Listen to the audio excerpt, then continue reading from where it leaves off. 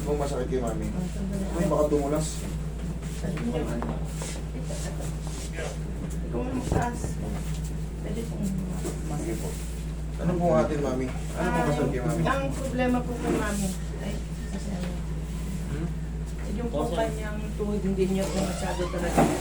Saka lang, Nagpa-x-ray ba kayo? noong araw. Noong araw.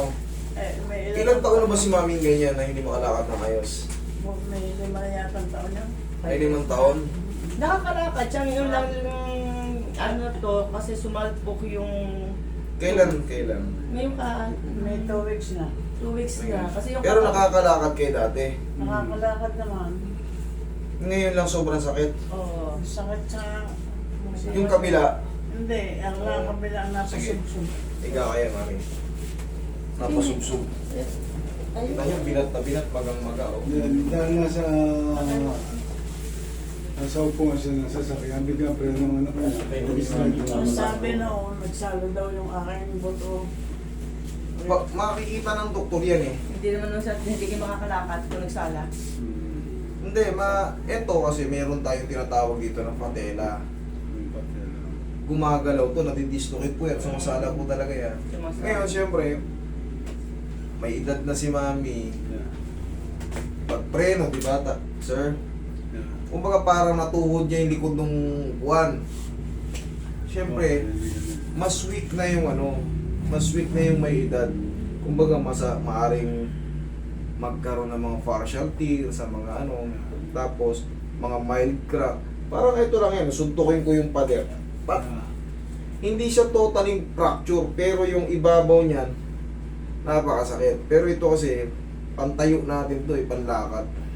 Napakasakit. Kung ito ang pinalalakad ko, pag ginaganyan ko, masasaktan ako. Kaya si nanay hindi makalakad na maayos.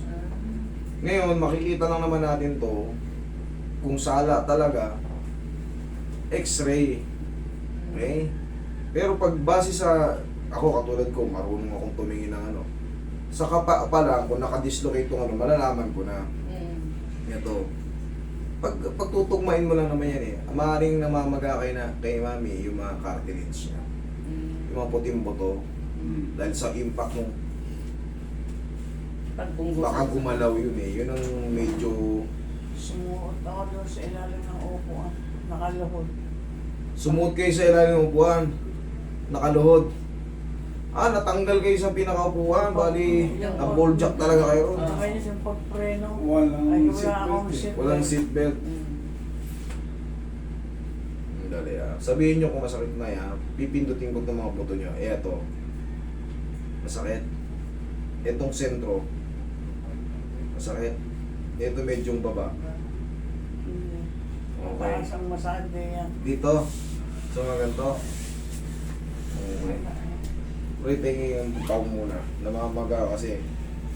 Banat na banat Hindi, nasasabayan na rin to ng sa mga may edad, pangkaraniwan na yung manas.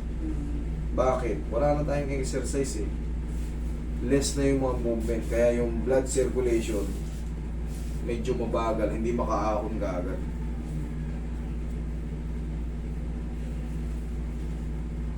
Lumalagkit ng mga buto, dugo.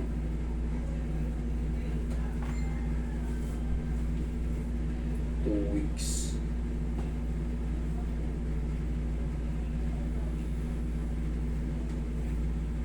Kaya yung ilaglag na Ito, I-relax ako. Relax lang, mami. Huwag kayo matakot. Huwag niyo itigas mami, yung relax lang.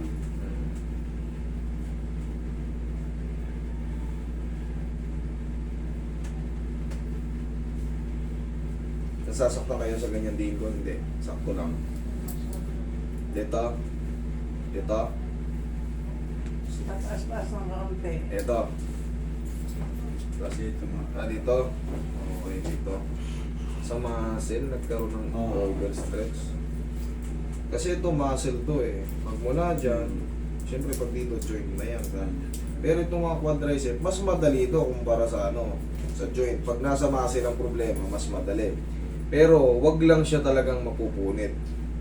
Hindi. Ang kasi, syempre pag may edad talaga medyo weak na yung mga tendon. Ang tendon doon nakakapit ng muscle. So pag ito sumakit, Sana konti lang, mga ilang hibla lang ang napunit. Pag marami kasing napunit, hindi na to magde-develop, ninipis yan. Ninipis. Yung mga muscle. Kaya naman yung ganyang haplos, mami. Ha? Mami, kung kaya daw ninyo yan. Kaya niyo yung ganitong Ang ganyan? napandingin. Ay, okay, sorry, sige. Pakilakas master po. Diba na-stroke siya. Na-stroke din ba to? Oo, na-stop din si nanay ko 3 times. Ay, kaya pala. Hihina ka na talaga, hihina na talaga yung ano mo. Pag na-stroke Kasi nung ka. last stroke niya, halos nakalimutan Itong na. kaliwang itong na-stroke. Kaya pala eh. Buti Ayun, sinabi hindi ko. wala ka na.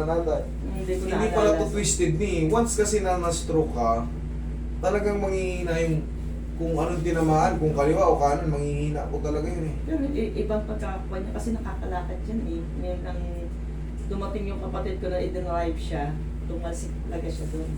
Nandun talaga Subukan natin. Doon siya Subukan. nag-ano, na halos sumisigaw. Relax. Nakakalakad naman ako nung na-stroke. Pero, relax. Dito mo nga rin ka. Relax, may Eh, relax. relax. Huwag mo lalabanan. Lagi relax. Relax mo. Hindi naman tumasakit mami. Relax mo. Yan. Hindi naman masakit yan. May gagalaw-galawin lang tayo. Relax, relax. Okay, thank you. Hindi matutok. Relax. Hmm. Relax, relax mami. Relax, relax.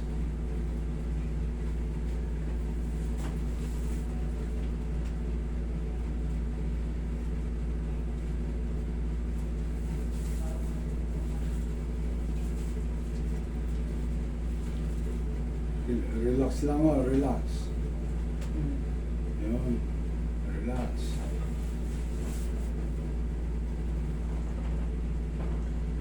Relax, inyo relax lang.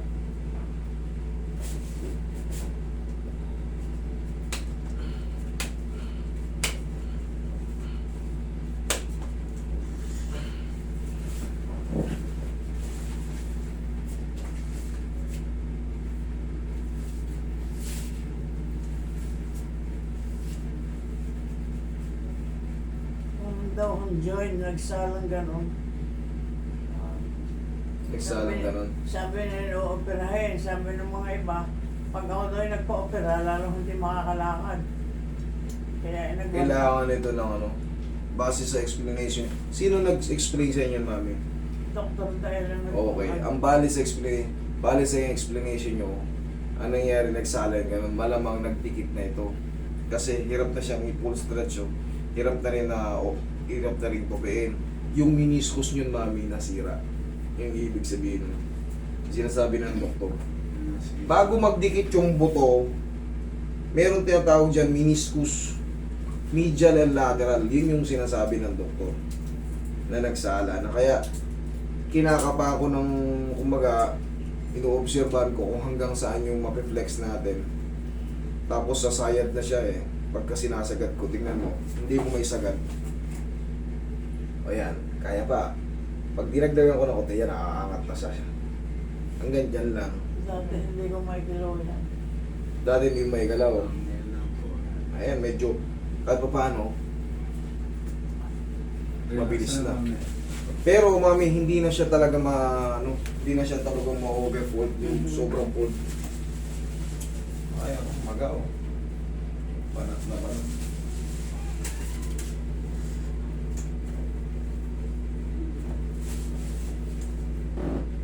Doon mo ulit ako eh.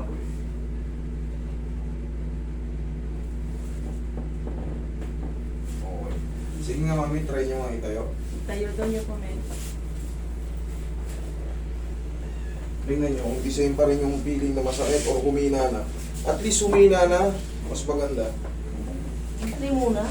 Mabilis ka ninyo.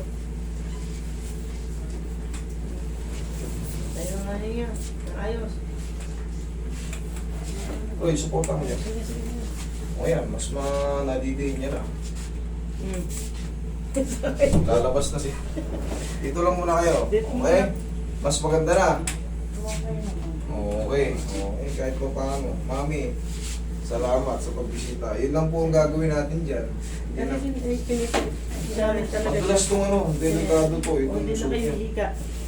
Hindi, idagdag na lang natin yung ano. Malapit naman hindi na papakinig. O, Pero pag... pag malayo ang nagsasalita, sabi, ha? Ay, hindi ko alam. Okay, sige, sige. Hindi ko Ito mami, susubukan na natin kung makakadagdag ng pandinig nyo. Yung pinapatunog ko sa tenga, nakakatulong yan eh. Pero sana hindi papasag talaga yung eardrum ni mami. Bagay nakakarinig siya eh. Humingi na lang, baka bunga lang ng pag-edad. Nakakarinig si mami, medyo malabo nga lang yung iba, no? Dahil nga siguro noon marami akong iniinom na gamot sa mga high blood, cholesterol. Bigla tayo lumakas ang pandinig ninyo.